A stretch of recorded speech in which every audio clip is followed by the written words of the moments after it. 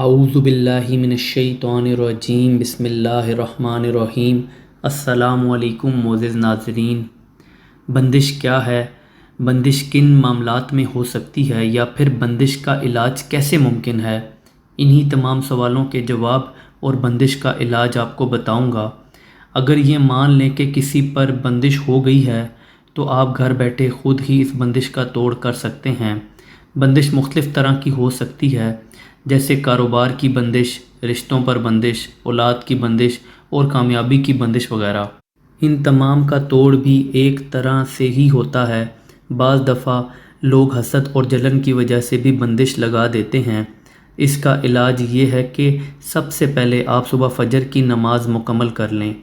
پھر جہاں بھی بندش ہو، جیسے کہ گھر میں بندش ہو یا پھر کاروبار پر بندش ہو، آپ کے گھر کی دہلیز ہو یا پھر کاروبار جہاں آپ کرتے ہیں، یا کوئی شاپ ہو یا کوئی فیکٹری ہو، آفس ہے، تو اس کا جو بھی مین دروازہ ہے اس پر کھڑے ہو کر ایک دفعہ آپ پڑھیں گے سورہ ناس، قل اعوذ برب الناس، بسم اللہ کے ساتھ مکمل سورہ ناس پڑھ لیں اور مین دروازے پر دم کر دیں۔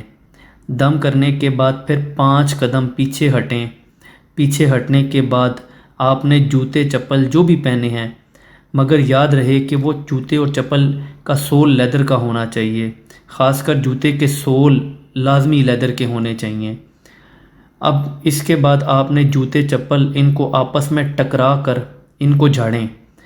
جھاڑنے کے بعد آپ وہی جوتے چپل پہن کر اپنی دکان میں داخل ہو جائیں، اپنی فیکٹری میں یا گھر میں داخل ہو جائیں، اور پھر پوری دکان، فیکٹری یا گھر جہاں پر بھی بندش ہو اور اس بندش کا توڑ کرنا ہو، وہاں لوبان کی دھونی دیں۔ لوبان آپ کو آرام سے پنساری کی دکان سے مل جائے گا۔ انشاءاللہ اللہ کی رحمت سے بندش کا توڑ ضرور ہوگا۔ بے شک بندش رکاوٹ کا نام ہے اور رکاوٹ کو دور کیا جا سکتا ہے۔ بعض دفعہ نظر بھی لگ جاتی ہے اور کچھ لوگ اس کو بھی بندش کا نام دے دیتے ہیں، لہٰذا اس عمل سے نظر بد سے بھی نجات ملے گی اور بندش کا بھی خاتمہ ہوگا۔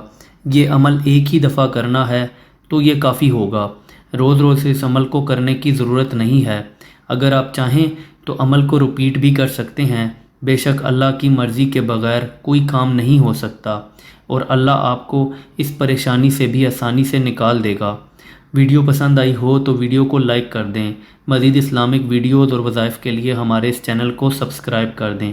اللہ حافظ۔